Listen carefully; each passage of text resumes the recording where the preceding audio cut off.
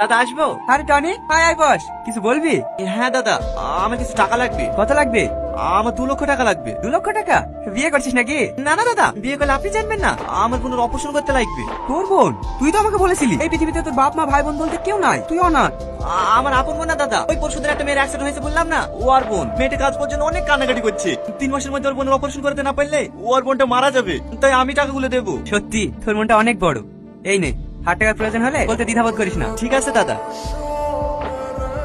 আজ 3 দিন ধরে শহরের অলিগলি সব জায়গায় খুঁজেছি, তারপরে যখন জানতে পারবো তুই এখানে আসি, তারপরে কি ধরে জানটা বসলো। টনি, এটা আমার খালা। ও, ভালো আছেন খালা? হ্যাঁ আমি তো ভালো আছি। তুমি আমার মেয়েটুকে যেভাবে আগলে রেখেছো, তোমার এই ঋণ আমি জীবনে শোধ করতে পারবো না। আরে না না খালা, আমার জায়গায় অন্য কেউ থাকলে এটাই করতো। থাকো বাপ, চল মা, না হলে আমার ট্রেনটা মিস হয়ে যাবে। তুমি আবার দিল্লি যাচ্ছ নাকি? হ্যাঁ। তোমাকে আর দিল্লি যেতে হবে না, বাড়ি ফিরে যাও। ও কাজে না গেলে বোনের অপারেশন করাবে কি করে? ও ব্যবস্থা আমি করে ফেলেছি। এই নাও সালমা, পুরো 2 লাখ টাকা আছে। এটাকে আমি নেবো কিভাবে? ধরো তো, তোমার বোন আমার বোন না। কিন্তু আচ্ছা ঠিক আছে, ধার হিসেবে রাখো, যদি কোনোদিন পারো তাহলে ফেরত দিয়ে দিও। সত্যি